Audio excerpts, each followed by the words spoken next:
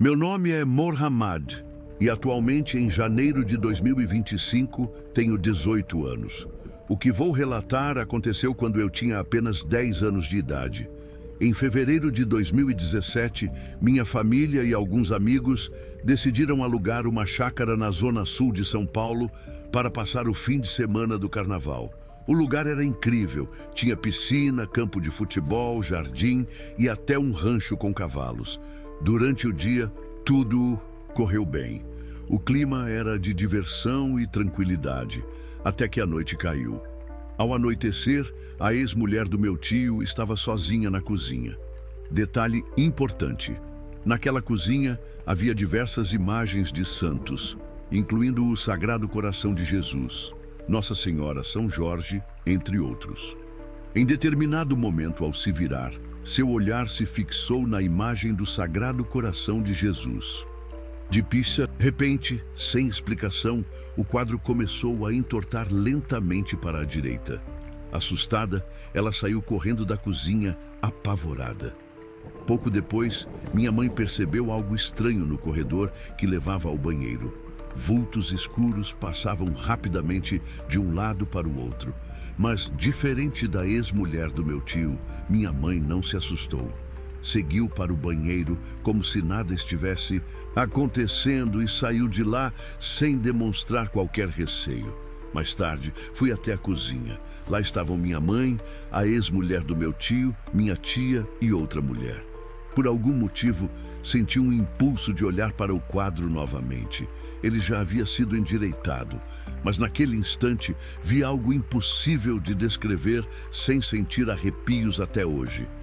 Uma mão transparente, com longas garras afiadas, surgiu diante do quadro. Com um movimento lento e sinistro, passou bem no rosto da imagem do Sagrado Coração de Jesus. O mais assustador foi o que veio depois. Todos que estavam na cozinha viram que o quadro agora exibia marcas de arranhões. Para piorar a situação, durante a noite, meu tio começou a ouvir passos ecoando pela casa. Ele foi verificar, mas não encontrou ninguém. Apenas o som dos passos persistia. Meu pai também ouviu os ruídos, mas ao inspecionar, não viu absolutamente nada. No dia seguinte, tudo voltou ao normal. Não houve mais acontecimentos estranhos, como se nada tivesse acontecido. Às 16, fizemos as malas e partimos. Mas levamos conosco não apenas nossas bagagens, e sim lembranças assustadoras daquela noite que jamais sairão das nossas mentes. O relato que vou contar aconteceu no ano de 1995, quando eu estava frequentando uma faculdade em São Paulo. Na época, eu estava entrando no segundo semestre do último ano. Em um final de semana, resolvi pegar o meu carro e visitar minha mãe. Ela morava em uma cidade a 3h30 de São Paulo. Eu estava confortável no carro, ouvindo as músicas que o rádio tocava. Já dirigia há quase meia hora quando vi uma placa pendurada em um poste, onde estava escrito "Chácara à venda", com uma flecha apontando para uma estradinha de terra isolada e empoeirada ao lado da rodovia.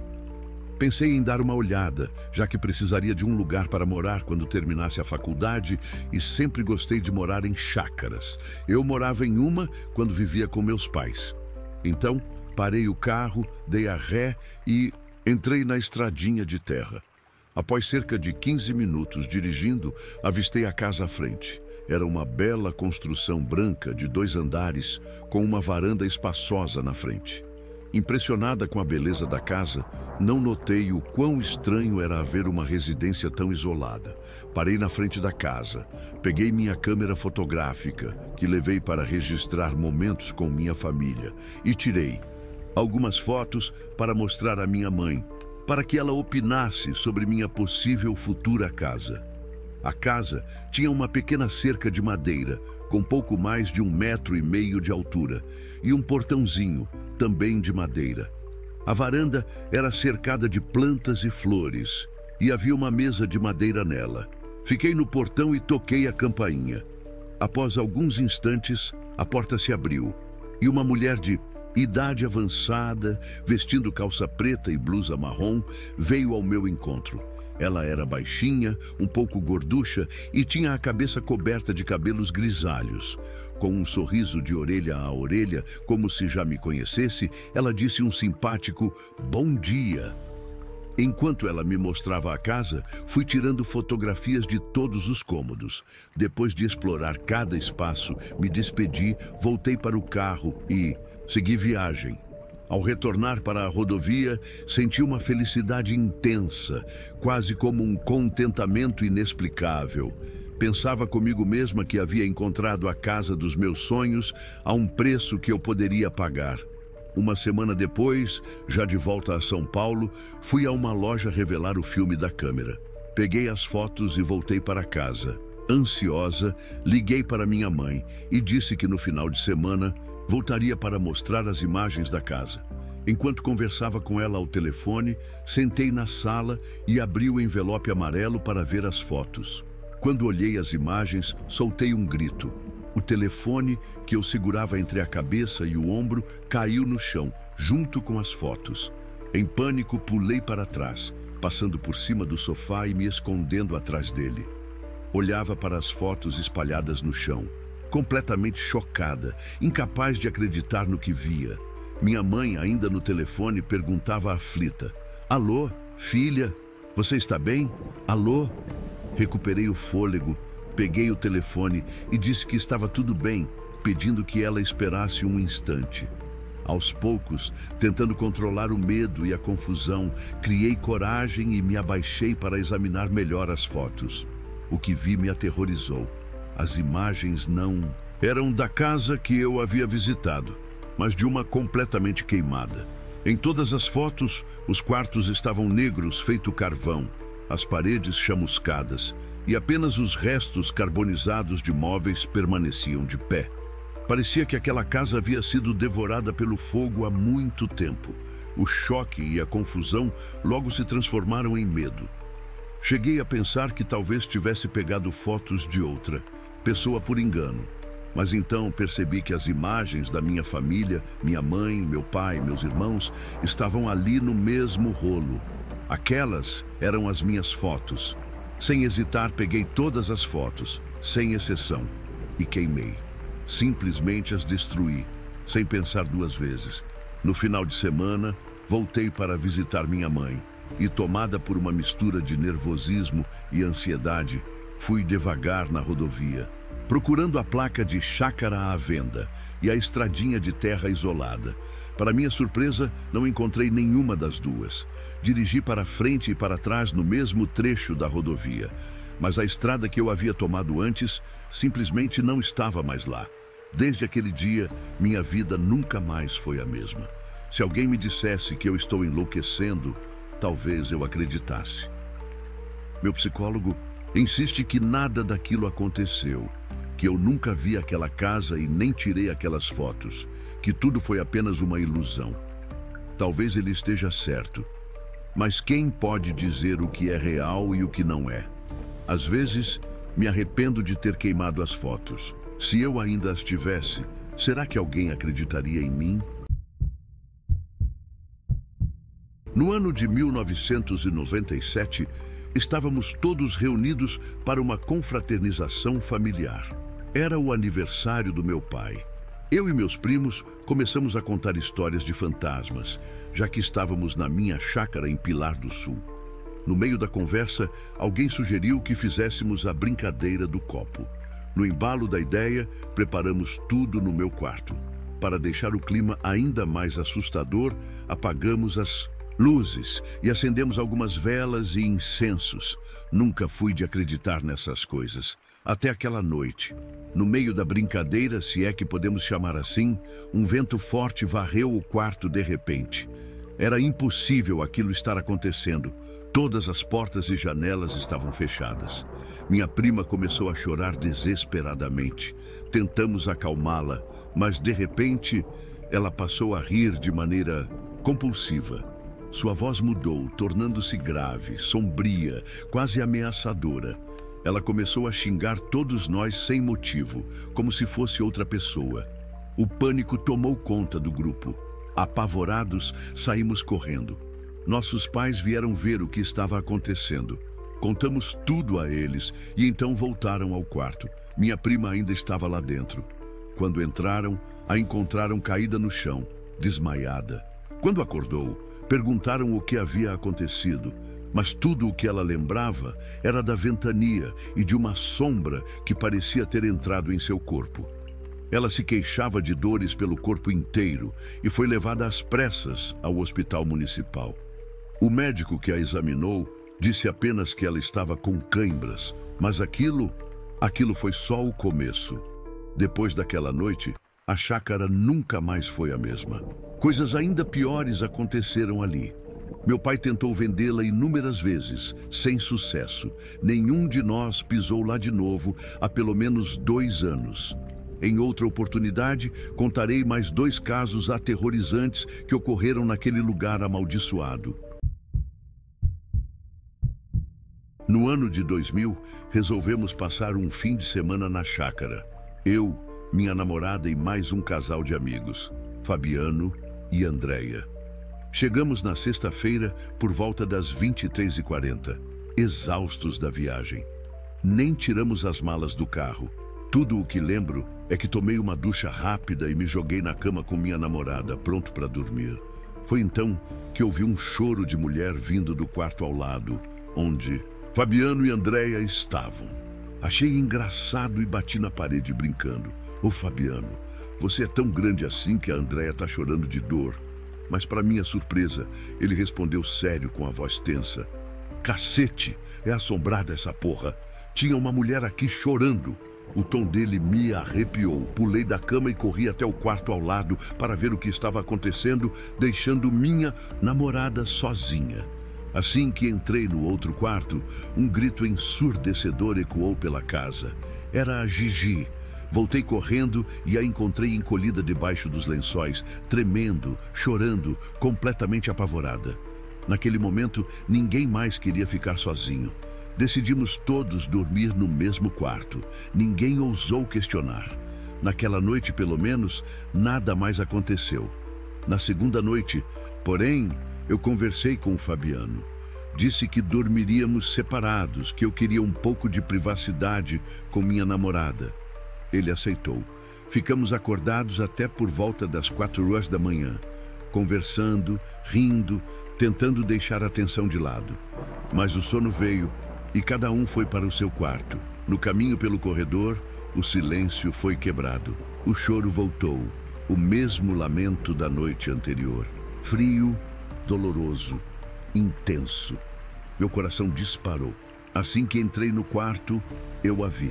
Sentada na beira da cama, uma mulher de aparência cadavérica, vestida com trapos rasgados. O rosto desfigurado, como se tivesse sido queimado ou brutalmente machucado. Seus olhos vazios pareciam me atravessar. O pavor me dominou. Peguei minhas coisas o mais rápido que pude e saí desesperado. Quando contei o que tinha visto, ninguém hesitou.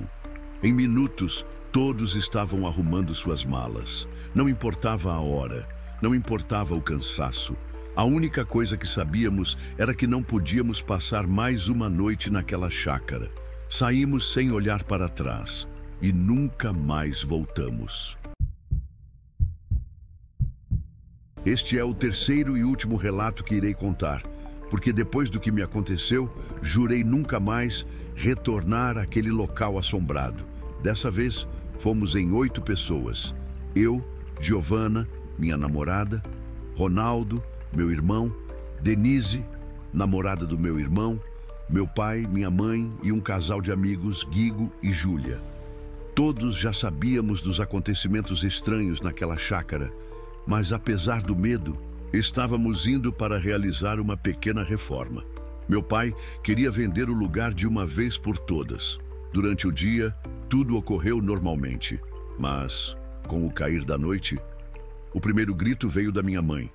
Ela estava na cozinha, assando um bolo no fogão a lenha, quando viu a mulher chorosa, era assim que apelidamos aquela figura sombria, parada, encarando-a. Minha mãe estava apavorada. Tentamos acalmá-la, mas pouco tempo depois foi a vez do meu irmão. De repente, ouvimos seus gritos e o vimos correndo pelo corredor, enrolado apenas na toalha. Ele disse que, enquanto tomava banho, percebeu algo estranho no espelho embaçado. Quando passou a mão para limpá-lo, viu a figura sombria atrás dele, olhando-o de forma ameaçadora. Aquilo foi demais para todos nós. Apesar do medo, a noite seguiu. Por volta de 1h30 da manhã fui dormir. Os homens estavam na sala, as meninas ficaram no quarto ao lado e meus pais dormiam no outro quarto. O cansaço era enorme, mas em meio ao silêncio da madrugada, senti um vento gelado tocar minha nuca. No início não dei importância. Naquela região, as mudanças repentinas de temperatura eram comuns. Mas então, senti algo puxando meu lençol. Virei rapidamente. A mulher chorosa estava sentada na beira do meu colchão. Meu sangue gelou.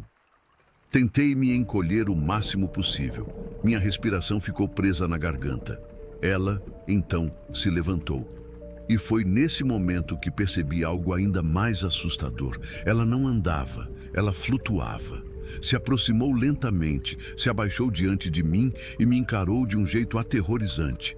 Eu tentava gritar, mas minha voz simplesmente não saía. Foi então que sua expressão mudou. O olhar ameaçador se transformou em algo doce, dócil, amável.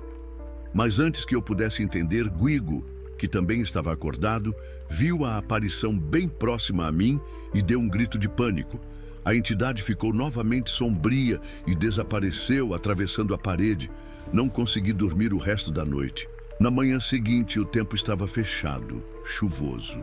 Como eu estava exausto, aproveitei para descansar um pouco. Deitei na cama de casal dos meus pais e, em segundos, já estava dormindo. No meio do sono, senti alguém acariciando meus cabelos. Abri os olhos e vi minha namorada deitada ao meu lado. Sorri, fechei os olhos e voltei a dormir. Mas pouco depois, senti novamente as carícias. Dessa vez eram diferentes. Um toque delicado, mas frio. Os dedos percorriam minha cabeça suavemente, deslizando até a ponta da minha orelha. Minha namorada estava gelada. Virei-me para beijá-la e quase morri de susto. A mulher chorosa estava ali, tão perto que eu podia sentir sua respiração fria contra meu rosto. Ela me encarava com um olhar maternal. Era assustador. Seu semblante era horrível, deformado, mas ao mesmo tempo parecia carinhoso. O terror me dominou. Nesse momento, Giovanna entrou no quarto e soltou um grito que fez todos correrem para ver o que estava acontecendo. A entidade, mais uma vez, sumiu. Atravessou a parede e desapareceu. Não sei por que aquela aparição parecia gostar tanto de mim. E, sinceramente, nem quero saber. Por sorte, meu pai conseguiu vender a chácara e usou o dinheiro para comprar um apartamento em Boracéia. Até hoje, não vimos nenhum fantasma na praia e espero que continue assim. O pior de tudo, ter que aguentar os amigos me zoando, dizendo que eu chavecava o fantasma. Antes de tudo, preciso dizer que nunca acreditei no sobrenatural. Mas isso estava prestes a mudar. Eu tinha 16 anos e nunca havia saído da região da Grande São Paulo. Até que, no verão de 2001, meu tio me convidou para passar 1 semana e meia na chácara da família da namorada dele, no interior do estado. Claro que aceitei, sem nem ouvir os detalhes da viagem. Saímos de manhã, por volta das 9 e só chegamos ao destino quase 12 horas depois. Mas por que uma viagem tão longa? A cidade, cujo nome não me lembro, ficava no extremo oeste de São Paulo, quase na divisa com outro estado. Além disso, as estradas eram ruins, então tivemos que ir devagar. Quando chegamos, já estava escuro e todos estávamos exaustos. Mesmo assim, meu tio e eu decidimos dar uma volta pelos arredores da chácara. O lugar era incrível. Havia um lago imenso, perfeito para pescaria.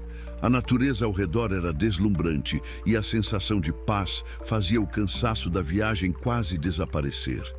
Os dias que se seguiram foram cheios de diversão. Mas algumas noites depois, aconteceu. Era tarde da noite e os adultos já estavam dormindo fazia tempo. Eu havia me acomodado na sala para dormir. A casa era simples. Uma sala grande, cozinha, banheiro e 2 quartos. Do lado de dentro estava tudo completamente escuro. Na verdade, o exterior parecia até mais iluminado, pois o céu estava limpo e as estrelas brilhavam intensamente. Eu estava exausto, quase pegando no sono quando... Vozes. No começo achei que fosse coisa da minha cabeça, mas as vozes continuavam. Prendi a respiração, tentando entender de onde vinham. Foi então que ouvi claramente: alô? Meu sangue gelou. A voz era fraca, mas perfeitamente audível. Feminina, idosa e terrivelmente assustadora. Eu não conseguia me mover. Fiquei ali, imóvel, sentindo um arrepio subir pela espinha. O silêncio voltou a dominar o ambiente, mas o medo permaneceu. A exaustão, no entanto, foi mais forte. Eu não tinha o que fazer e, de alguma forma, acabei adormecendo. Na manhã seguinte, contei tudo à família. Para minha surpresa, ninguém riu ou zombou de mim. O irmão da namorada do meu tio me olhou sério e disse: um amigo meu veio aqui anos atrás e ouviu a mesma coisa. Aquilo me fez gelar novamente. Mais tarde, já um pouco mais tranquilo, comentei o caso com a namorada do meu tio. Ela sorriu de canto e teve uma ideia estranha. Pegou uma caipirinha, colocou sobre o balcão que dividia a sala da cozinha e escreveu um bilhete: não perturbe os convidados, eles estão cansados. Na hora, achei aquilo idiota, mas para minha surpresa, naquela noite eu não ouvi nada. E de manhã a caipirinha continuava lá, intocada. No fim da viagem, conversei com a mãe da namorada do meu tio, a dona da chácara. Foi ela quem me revelou a verdade. A propriedade pertencia aos pais dela, que passaram anos ali e consideravam o lugar um verdadeiro paraíso. E mesmo após a morte, parece que decidiram ficar.